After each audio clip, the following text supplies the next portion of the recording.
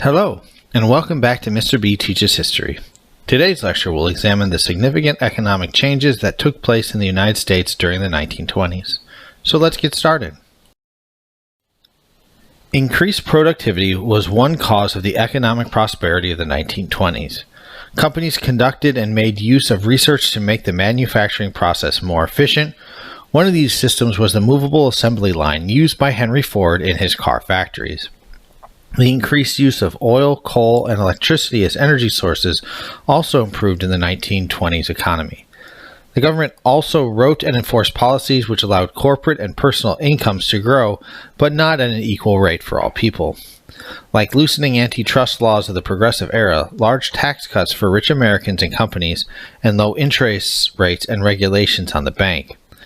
The creation and sale of many new consumer appliances and products made life easier for more Americans, who then bought many of these products on credit, so they did not need cash to buy them outright, but made small payments over several months or years. Advertisements expanded the desire for these products by appealing to the desire for status or popularity. Automobiles are the product of the decade, though, as it changed all things Americans did, both positively and negatively. During World War I, farmers were prosperous due to the high demand of their products in Europe, which gave them high prices here in America. In general, though, farmers did not share in much of the prosperity of the 1920s due to the end of World War I and the recovery of Europe. Once the war was over and Europe had their own farms back online, the demand for American agricultural products dropped significantly, leaving many farmers in debt from loans to expand their production. New technologies like chemical fertilizers and gasoline tractors helped increase their productivity, but only added to the problem of surpluses that led to falling prices. After the war, Americans distrusted unions due to their desire for collective action in a nation made up of rugged individualists. The strikes of 1919 and a fear of revolution turned many people against them. Due to the strikes that ended violently in 1919, union membership fell due to companies keeping jobs open to non-union workers, known as open shop rules.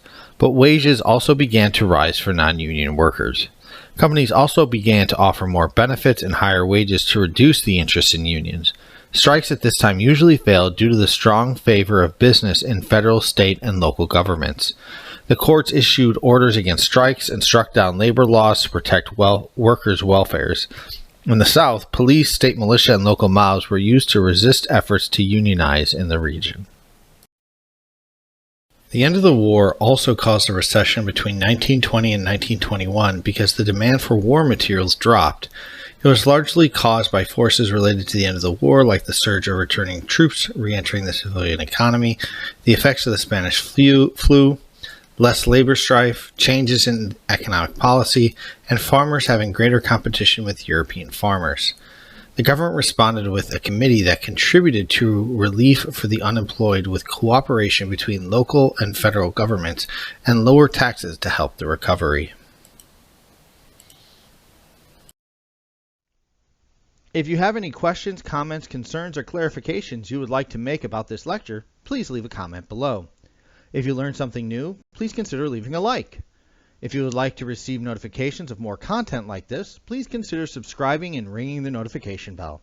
If you would like to support this channel and creator financially, please check out the links in the description for merchandise or sites that will provide me direct financial support for the work of this channel. Thank you for your time and have a great day. Class dismissed.